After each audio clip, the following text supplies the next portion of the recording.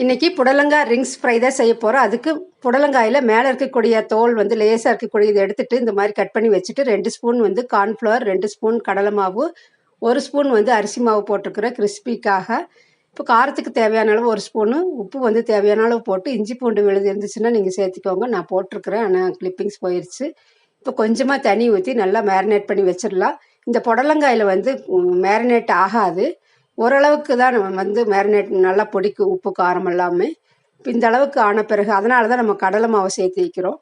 இப்போ வந்து இந்த அளவுக்கு நல்லா கொஞ்சம் மேரினேட் பண்ணி வச்சுட்டு சூடான எண்ணெயில் மிதமான சூட்டில் நம்ம பொரிக்கும் போது மிதமான சூட்டில் வச்சு பொரிச்சு எடுத்துட்டோம்னா இந்த மாதிரி கிறிஸ்பியான ஈவினிங் ஸ்நாக்ஸ் வந்து ரெடி ஆயிரும். குழந்தைகளுக்கு ரொம்ப பிடிக்கும். டேஸ்ட் வந்து சூப்பராக இருக்கும். நீங்கள் கண்டிப்பாக ஒரு தடவை செஞ்சு பாருங்கள். வெரைட்டி மீல்ஸுக்கு சைட் டிஷ்ஷாக வேணாலும் வச்சு சாப்பிடலாம். தயிர் சாதம், ரச சாதத்துக்கு கூட வச்சு சாப்பிடலாம். நீங்களும் ஒரு தடவை ட்ரை பண்ணி பாருங்கள். தேங்க்யூ.